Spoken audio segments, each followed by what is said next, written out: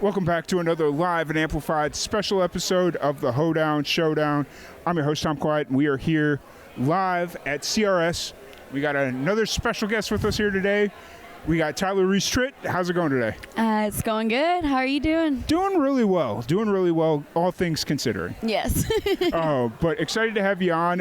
Excited to talk to you because obviously driving 12 hours from Texas, I got a lot of time to listen to everybody's music. Oh. And I fell in love with your new single, Texas Hold'em. Oh, thank you so much. And I think it's more of my distaste for Beyonce's Texas Hold'em. Yes. I thought you posted something on Instagram about that, right? I did. Okay. I did. So before we kind of jump into everything, let's get a little bit of a background from you. You're based out of Georgia now. Mm-hmm. Are you born and raised in Georgia, or where are you from? Born and raised, yep. Awesome. What was it like growing up in Georgia? Oh, I love it there. Where I'm from in Georgia, it's a very, small town community. So I just love it. Everybody knows everybody. Nice. How's your mom and them kind of thing, and I love it. I do. Mom and them. Mom and them. I love that. That is so fun. Man, I often said that if I would have moved to Georgia, I think I'd be really happy there. Oh, it's gorgeous. I love it because, you get all the seasons and it's a perfect, I have family in Tennessee. I have family in Florida and obviously, working in Tennessee. It's just a 3-hour drive here and then a 6-hour drive to Florida. So the best of both worlds. It's a good middle spot. Oh, yeah, for sure. And that's kind of the compromise I've been having with my dad recently because I lost my mom a couple of years ago. But so my dad's still down in Florida. But I'm from Chicago originally, and so I've still got some family up there. Oh, so you've done some traveling too. Yeah, and everybody's like, oh, you got to move somewhere in between. And it's like, it makes it easier. It does, I will say. I don't want to leave Texas, though. I really like Texas. Oh, the few times I've been to visit, I fell in love. I love it there. For sure. So growing up in Georgia, where does music kind of come into play for you? Well, obviously it's been in my family and growing up basically on the tour bus. Yeah. Whenever we weren't at school, we were on the road with my dad and just watching him do what he loves for a living, just every day of his life. And, I had always loved being on stage and performing and singing, at the time, not professionally, but just growing up and watching him and seeing everything, I was like, this is what I want to do. Like, you just look like you have fun every single day of your life. And he's like, well, easy now. He goes, there's, upsides and downsides to all of it. But he's like, he goes, it's all worth it when you get out on that stage and you get to do what you love. And he was right. Yeah. Was there ever a point where he was trying to discourage you, like maybe go pursue something else? Oh, absolutely. Okay. Fair enough. In the beginning, he was very, very hesitant. But once he realized I wasn't letting up, he was like, all right, well, then let me help you. Was there a pivotal moment that you can recall where that moment kind of happened, where he was like, was there something that you did or like a moment on stage or that I knew, like, this is it? That you knew that this was it and your dad knew, like, it's not worth fighting anymore? The first time I had gone out on the road with him after we recorded our duet when I was 14. Yeah. So I think by the time we had actually recorded and was able to tour the song, I think I was about 15, and our first show was Dublin, Virginia. Okay. Or West Virginia, one of the Virginias. Yeah. And it was a big festival, and I was so nervous. I could not, like, the mic was shaking in my hand, my legs were shaking, but once we got out there and once I started singing and just got done with just the feeling and the crowd, and then I turn around and I get off stage, I'm pumped, like, I'm amped, like, this is my first show ever. I'm like, this was awesome.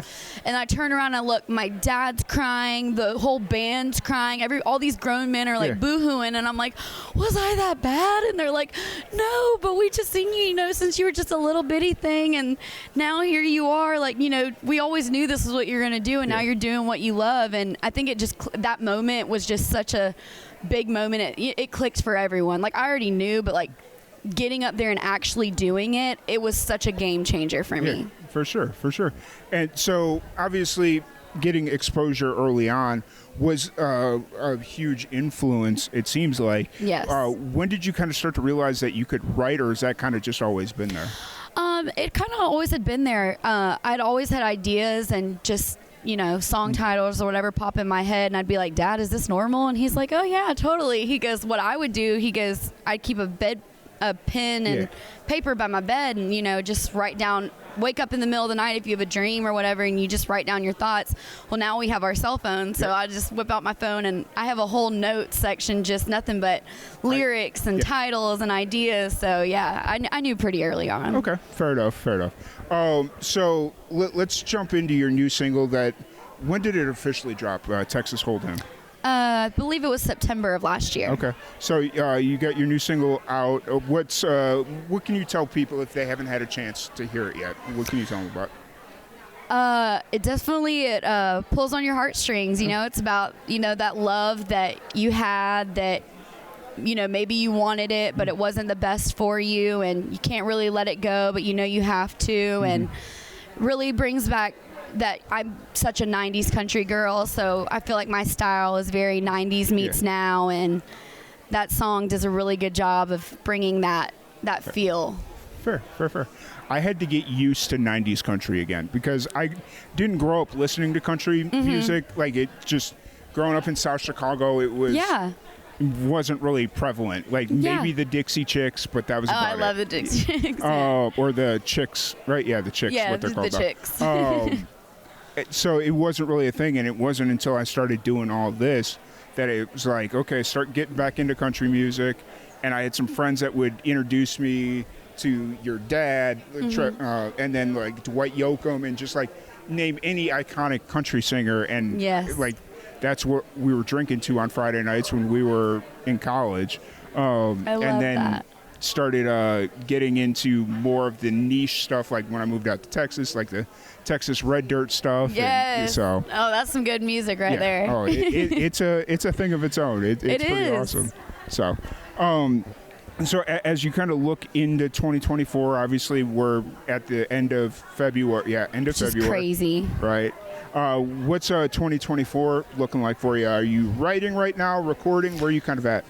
So the end of last year was a lot of writing and recording for me, and the beginning of this year, since no one really tours January, I've been back and forth here a lot, just writing like crazy and recording. So we have a bunch of new music coming out this year. I'm super excited. Nice. Are you looking at doing like singles, or what's kind of the singles, and then leading up to an EP? Okay.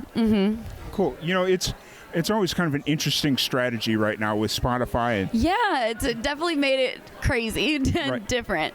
Right.